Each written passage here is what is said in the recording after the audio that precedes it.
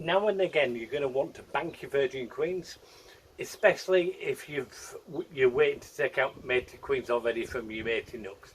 So you can get away with banking virgin queens for a little while, but you don't want to bank them too long, otherwise they'll lose the instinct to go out on a mating flight.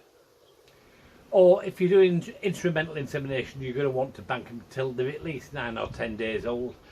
So the way I do it is, this is queen, right? So there's a laying queen in there. We've got a queen slooder, and then we just keep moving frames of seal brood up above. So there's always nice young bees coming up.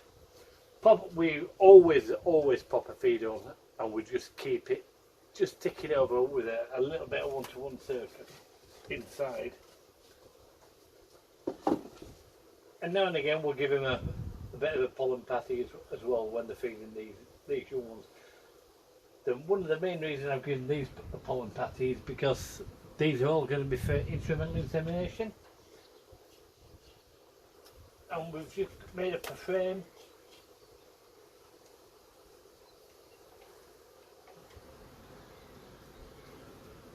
that we can just put cages.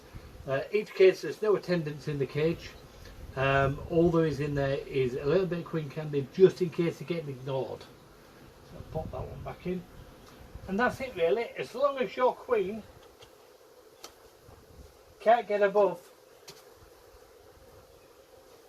the queen excluder, your virgins are going to be perfectly safe in there.